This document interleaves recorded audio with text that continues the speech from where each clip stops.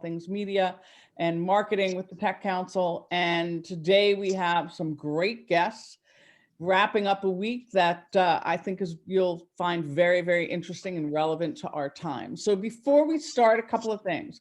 One is that we've muted your microphones. And the second thing is that there's chat. You can ask questions in the chat. This is not an opportunity to sell. This is an opportunity to just hear from our guests. That's really what we want. So if you have some questions, some comments, etc., Jonathan's going to keep his eye on that and make sure that we have an opportunity to engage. We run this pretty casually, but it's a packed half hour. So I want to thank Huntington Bank for being continued sponsors with us since March. And if you don't know them, get to know them because they're huge believers and supporters in the tech ecosystem. I also want to give a big shout out to our friends and longtime partners as well, and that's Ethical Intruder. I want to thank the entire team of Ethical Intruder for their support of today's program.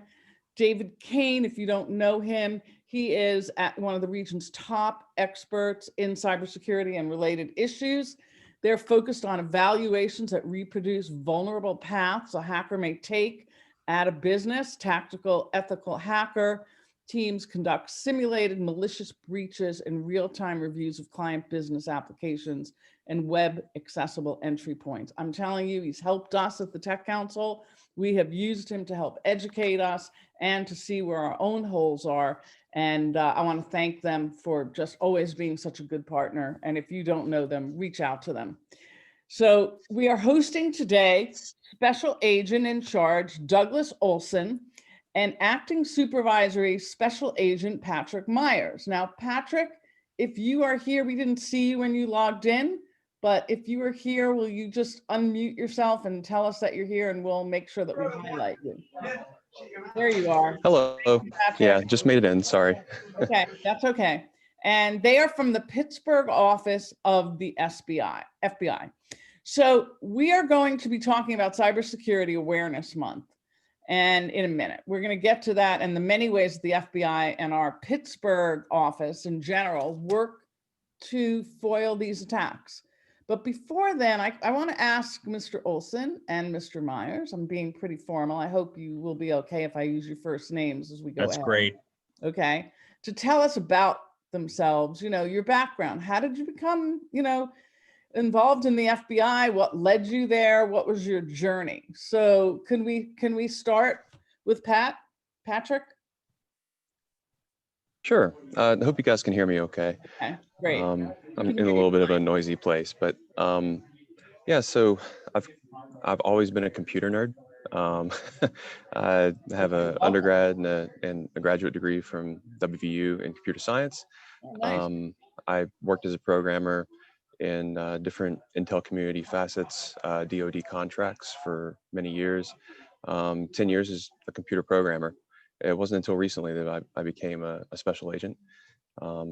Previously, I was at the Washington Field Office as a computer scientist. And I've been lucky enough to land in Pittsburgh as my first office as a special agent on a cyber squad that is exceptional.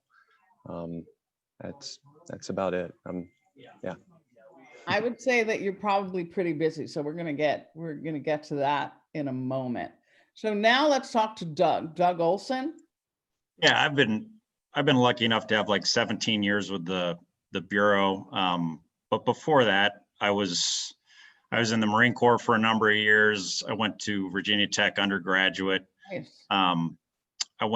I first worked in like a small resident agency in the Charlotte office. And then at that time, the then director instituted a policy of mandatory rotational transfers. So if you're in a small office, you had to go to a big office. So I went to Manhattan and I was there for 4 years. And that's where I had both my kids and got married and all that good stuff. From there, I went down to FBI headquarters and I was a supervisor there for about 3 or 4 years. And then I went all the way out to the West Coast and worked out of the Portland office.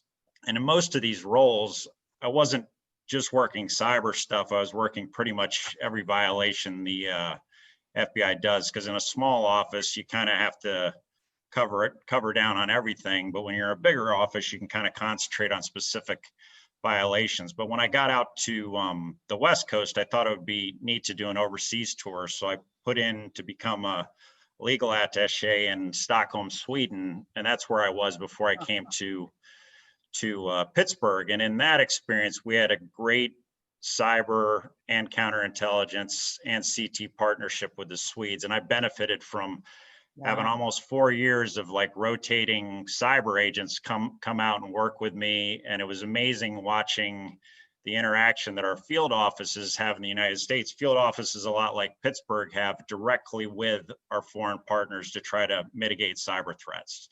And from that, this job came open in Pittsburgh, and I applied and I got here about a year ago. So it's been great. And I'm just amazed with all the stuff that goes on with this office, but I do kind of favor our cyber program. I kind of think we're second to none in that. And that's why I asked Patrick to be on the call today with me as well. He's acting in one of our supervisor roles on one of those cyber squads. That's great. So what your actual role right here, that's quite a journey that you've had. We hope you plant your flag in Pittsburgh for a while. I know that I don't plan on leaving anytime soon. Good. So tell us about what are like your roles and responsibilities so that we get an idea. So SAC Crispin wanted to be on this call today, Right. but he's obviously in charge of the entire field office. So all the different programs that the FBI works, if you think of criminal programs and national security programs, and then of course we have a big cyber piece of that. And under him, he has 3 ASACs. So like one ASAC, and ASAC's an acronym, Assistant Special Agent in Charge, and I'm one of them. And under my branch, there's 3 branches. I cover cyber, counterintelligence, and intelligence. And then under that intelligence umbrella, we also have like a human intelligence squad. We have our surveillance squads. We have our linguists, all these different kind of entities that feed into it. But the 3 squads that I have of agents are cyber specific squads, and that falls under me.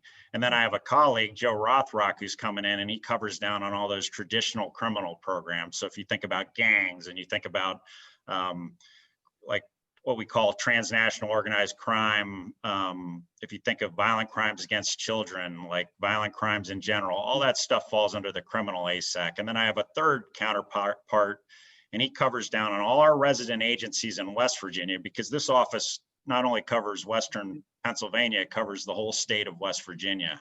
So down there we have an assortment of resident agencies, and he manages all those resident agencies. And he also has the counterterrorism program and the domestic terrorism program. And that's kind of how we're split up. Okay, that's great. Thank you for doing that. I want to go over to Patrick and say, Patrick, so what is your job? Can you tell us what you can? No, it's totally classified. No, I'm just kidding. Right. Well, can you make something up and pretend? Nah, we do a lot of stuff that's not classified. Of course, the squad we are on is Squad 16. It's Russian counterintelligence and Russian cyber, national security. We also have another squad that specializes in Russian cybercrime. So mainly financially motivated crimes. They also do the transnational organized crime that has a dark market nexus. We also have a third squad that is China, CI, and cyber. I work on the Russia side, national security. We do large enterprise investigations with several other offices. We're the lead office on these investigations. We primarily look at the GRU. We use national security tools such as FISA and 702 to track some of these actors, track operational accounts and personas, and also the actors themselves, the GRU officers behind the keyboards. So it's a difficult thing that we do, because a lot of times we can't surveil these individuals. The pattern of life has to be done from a digital side. So we do use the legal process in a very aggressive manner, since we do have an aggressive U.S. Attorney's Office in the Western District of Pennsylvania. So mainly, a lot of my job is kind of a support role to other agents who have different aspects of this case. I use my computer science background to do a lot of programming to take the large amounts of data that come back and just throw together ad hoc systems so that we can ask questions of ourselves and ask questions of the data to to find people and figure out who is actually committing the crimes. So we do interesting things like taking a location history file out of Google search warrants or whatever it is that we get, and overlaying that with IP logins or search histories of operational accounts, and finding a pattern to try to identify likely subjects, and then tying those subjects down more concretely. And that always ends in a large indictment. We've had several out of the Pittsburgh office. We owned the DNC case originally. It got taken out to Special Counsel Robert Mueller's office.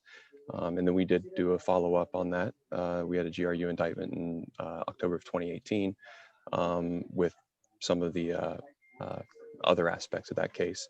And then we just had another one last week that was announced for 6 GRU officers involved in some of the most destructive attacks across the world, causing $10 billion worth of damage, including NotPetya, Olympic Destroyer, among others. So day to day, everything we do looks different. It's whatever questions we're asking of ourselves or the data, and finding the right person to help us with that, and then communicating up.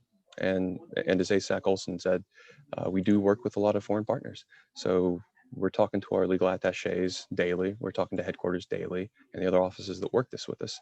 It's a very collaborative effort. It takes the whole world to track somebody that you can't get eyes on, especially in a place like Russia. So I hope that answers your question. Yeah, We that's didn't ramble great. too much. No, that's great. That's great. I just also really should have set the stage so that people can understand that we have amazing capabilities here. I think Doug alluded to that in terms of why it was good to come to Pittsburgh for him. We really possess, the assets with the FBI and the U.S. Attorney's Office with a reputation that's really known all across North America. Doug, can you just talk about why? Why are we known for, why is that notoriety attributed to the Pittsburgh / West Virginia office? That's like the age-old question. We get that question all the time. Like, I think. Oh, I'm sorry. Do you No. want me to I mean, repeat the question? and I wish there was like an easy answer. I think of it kind of like a three-legged stool. I think it's this kind of unique combination of like, there are a lot of people with a good cyber background that come from the Pittsburgh area. Kind of, if you look at the universities around here with Pitt and CMU, it's kind of like the new business structure of Pittsburgh in a way, to have that innovation and technology. So I think we have a good feeding bed where there's people who want to come back to this office and work that type of stuff. So we have a lot of really good agents and analysts and professional support people that are just really innovative. They think out of the box, especially kind of defying what you'd categorize as like regular government people, right? And probably working for a lot less than they could make like elsewhere. The other aspect of it is, like, I think we have a really aggressive U.S. Attorney's Office, which is rare, because one of the most difficult things with cyber cases is explaining in simple terms the complexities of cyber to a jury, to a judge, Right. or even other prosecutors. So we've had prosecutors that have taken the time to sit down with our agents to learn enough about it that they can communicate it in simple terms, in layman's terms, basically to juries and stuff. And they've established like a track record of, the answer in a cyber case isn't always prosecution, but if you're effective at that, then you can be effective at a lot of other methods that we use. So I think the U.S. Attorney's Office being aggressive and taking the time to work something that might often look like it's out of district, like there's, because of the nature of cybercrime, you can kind of be hamstrung by the fact that you're always in our system, you're always trying to tie it to the locality that you're in. And we're able to do that, but you can't underestimate like the value of having those good prosecutors in there. And I think kind of the combination of those two things over time is just kind of like earned us a reputation, and we're always trying to improve. Like it's one of these things, like we don't rest on our laurels. Patrick just talked about, an indictment last week of GRU members. We also had an indictment the week before in a criminal cyber case where 14 cyber subjects were like indicted worldwide. So we've, and the third thing I was going to talk about was just the relationships we have with foreign partners. We're lucky that there's a headquarters entity right across the river from us called SurfU. There's like a business consortium there where we have all different private and public partners there, both nationally and internationally. So we're able to leverage that and also direct relationships through the LEGAT offices overseas so that we're working directly with foreign partners. So I think it's the innovation in the area, which lends to our workforce. And then it's those aggressive prosecutors in the Western District of PA. And then it's those international partnerships that we make that some offices just don't know, how to start with that type of stuff. And we've just been able to kind of leverage all three of that to make it kind of special here, I think. Yeah, that's great. We have a bunch of questions, but I want to ask you one thing about, it's the end of Cybersecurity Month, Awareness Month. But what I want to talk about is right now, we had the Attorney General on at the beginning of COVID, and he gave us a lot of great information and perspective. But now here we are a few months later. Can you talk to us about the landscape that's even changed since then, or what's changing and what kind of threats you're seeing in terms of COVID? I think it's a combination of factors, right? Because you got COVID, you got the election next week. There's all different stuff going on, and I think the landscape has changed, but it's in a lot of ways it's stayed the same. Like, people are more and more on their devices, they're on their phones, they're online. Companies are more dependent about mechanisms like Zoom and other ways to like communicate because people are working from home. So it is a target-rich environment. It's always been a target-rich environment, but I don't think it's ever been such a target-rich environment as is now. And that could be, if you're talking about like ransomware attacks or any of like our traditional cyber attacks. It's also when you start to talk about disinformation, misinformation, people are kind of like ripe for that because there's a lot of fear in terms of COVID, and there's a lot of like fear and anxiety, I think, with the coming election. And then we had all the civil unrest and the protests over the summer too. So I think, everything is magnified by those like aspects. And then you take something that pretty much already was taking over, which is, just online social media. And I think that's even been more exaggerated by all that because people are trying to find a way to connect and communicate, and businesses need to make that happen. So we have all these additional vulnerabilities and kind of blind spots that may not have been quite so apparent before all this happened. Okay, well, Jonathan, why don't you start with some of the questions? Like Ellie has a question. Absolutely. No, there's some great ones here. We're going to need like an extra hour on the show, guys. You got time? So let's start. Actually, they're kind of grouped into some clusters here. Maybe just being able to talk more about our local preparedness for the elections. Do you see any vulnerabilities there? Do you feel like as the elections move forward that we're going to be safe across the country, but also here in Pittsburgh as far as cyber threats are concerned? I'll start with that. I mean, the way we're set up is we're sort of preparing for anything. We're setting up there's a national command post at FBI headquarters, and then we're setting up a local command post for the election here at our FBI office, but we're also tied into the state and locals in terms of like what they're setting up in terms of the election. So it's kind of like be prepared for anything, but we don't really know what that's gonna look like. I know we had a meeting with the Secretary of State for the state of Pennsylvania a couple of weeks ago, and I don't want to speak for the state, but what we always have to like remind people is it's like very important for real or perceived for there not to be any federal interference with like the election. So because of that, we're kind of limited on what we can do during this period right now and through election day. So mainly what we are is in a support role right now in terms of any intelligence support or communication support that we can give to the locals to kind of find out trends that are going on nationally so that we can communicate that to our local partners here in Pennsylvania, so maybe they can get ahead of it if something's happening somewhere else, or so that other offices can learn from what's happening here so we can address it more quickly. But we can't really respond to like a polling center or anything related to the election until after the polls close, because it's very important.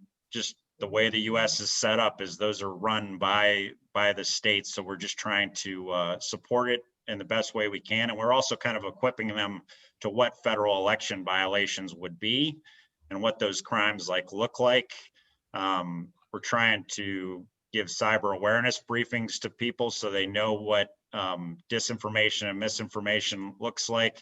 And we're constantly year round talking to people about hardening their networks, offline backups, making sure your patches are installed, all the things that you want to be doing all the time. Those things still apply, during this period as well. Very cool. And what about the Internet of Things with Industry 4.0 happening? So many connected devices creating more vulnerabilities. Any insight on that? Patrick, you want to touch on that one? Sure. So yeah, Internet of Things has been a pretty hot topic for a while. We have seen, especially in the actors that Squad 16 tracks, a lot of interest in it. A lot of folks using open source tools to scan the internet, using their own scanners, and also using Shodan, Census, things like this to find devices that have open CVEs that can be exploited for financial gain or other types of crimes to be committed. It is a very vulnerable landscape right now, especially since there's more and more devices coming online every day. A lot of times people aren't removing the old devices, they're just abandoning them and they're still plugged in, which does give a nice attack platform for some of these cyber criminals. It's something to be aware of. It's something to definitely bring to people's attention, as we are a very disposable society where it's a great tip. We like to buy the new things, Absolutely. And what about the idea around, if you see more cybersecurity issues around trade secrets and so forth, especially with people working from home now, it seems like there's more vulnerability because you're passing files back and forth between your home and the office. There could be a vulnerability there. Yeah, absolutely. A traditional target platform targeting private sector businesses is now more vulnerable at home. Home Wi-Fi routers that are never patched. A lot of people using VPNs, not knowing exactly how they work or how they should be using them. Bringing files that can be sensitive to businesses onto their home networks, that their home networks are inherently more insecure. So yeah, it's definitely a concern. Yeah, I think a lot of businesses are probably looking at the perceived cost savings of having all these people work from home, but they also need to look at the long-term security implications of that and how much harder it is to secure your network when you have it spread so thin. Any other questions, Jonathan? Oh, there's a bunch here. So let's see, the most recent one that just came in from Dan Mochin, what kind of prior experience do you look for in cybersecurity job applicants? That's changing gears a little bit. I mean, one thing they're doing now, we get a lot of help. I mean, the one thing is we definitely have a team approach here. So it's not just special agents that are working on these cases. We have computer scientists, we have intelligence analysts that might have a lot of them have significant cyber skills. And then we have what we call SOSs, which are staff operations specialists. And that's kind of a tactical analyst, I guess you could say, that works out directly on cases. So there's a lot of different avenues to come into the Bureau, and the Bureau is very interested in people that have significant demonstrated skills, but they're also interested in people that have an aptitude. So what they do actually at the Academy now for new agents is they give them a SANS aptitude test. And if you score high on that test, then the Bureau is willing to bring you in and then train you once you're on board. So it's like, we're not just looking for people that have like developed skills, but it's that aptitude. And usually it's like anything else. If you have an interest and you're really interested in that type of stuff, and it usually lends itself to the aptitude as well. So I would say, we're interested in all different people on the spectrum. Of course, we'd love to get people like Patrick every single time when they come in, but sometimes what we hope to do is develop a Patrick from somebody who's not there yet. And like a lot of organizations, we have to train people in-house sometimes to get them where they need to be. Yeah, I'd like to add as well that we do train a lot of people up, and aptitude is, I'd say, the number one thing that we look for. 90% of a job on a cyber squad is not cyber. We do throw around buzzwords. It doesn't mean you have to understand them.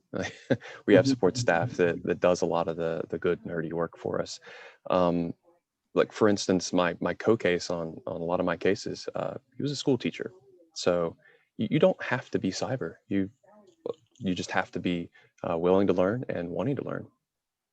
So as we near to the end, there's a couple of things. Well, in terms of some of the most damaging attacks, are there any helpful hints or anything that you want to say to all of us? I mean, we have a great relationship in this region with your office and with the AG's office, and we are very proud of it. And we know that people come here. And if you're on the call and you don't know that, you really should know that, because this is the epicenter of some really interesting and collaborative work that's been highly successful, even over like the last decade in terms of solving problems. But tell us, is there any kind of advice that you could tell us that we might not be thinking about? Because most of the people on this call are probably pretty sophisticated about security matters. So is there I don't know if you're not already thinking about it, but one thing I would say is calls like this are really good. Like, it's like just having some sort of like relationship or point of contact with the FBI is good. That way, like if you're not on our distribution for like pins and messages like that, if there's some sort of indicators of compromise we can send out, then obviously we can send it directly to your security folks. Beyond that, it's probably stuff that all your members are doing, so it's like, it's offline backups. I mean, a lot of this stuff costs money, so you're limited in terms of like funding on the stuff, but it's just doing those regular continuing actions and not dropping the ball on that. And then I think also, like, I think when we're talking about those susceptible like endpoints, like it's education of your workforce, right? Like some of the people that maybe aren't directly related to your cybersecurity element may be your weakest vulnerabilities, especially in this environment. Well, good. Patrick, do you want to add anything to that? Nope. Nope. That's clear and cut. So that, is there any way that do you give material out, or people can get on a mailing list, or is there anything that you'd like to share with this group in terms of staying connected?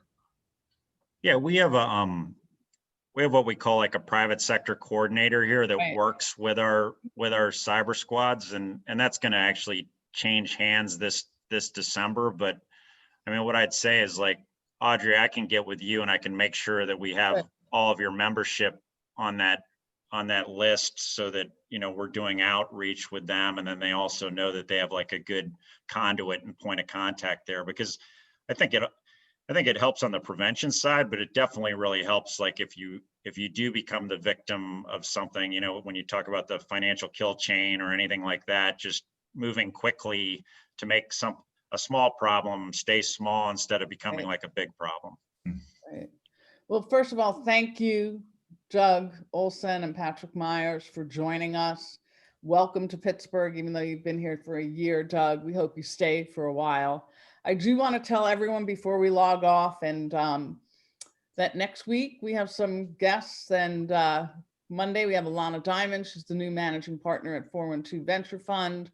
Tuesday, we have the Director of Supplier Diversity at Highmark Health, Robert James. And then we have Justin Mandel, Director at Allegheny Investors Alliance. And then we have Rich Fitzgerald, Allegheny County Executive. So we have a busy week next week. And I want to give a deep appreciation to David Kane and his team at Ethical Intruder. They're easy to find. If you want to reach out to them at ethicalintruder.com, you can find them there. And everyone, and thanks to Huntington Bank, and everyone have a fabulous weekend. Stay safe. Thank you. Thanks so much.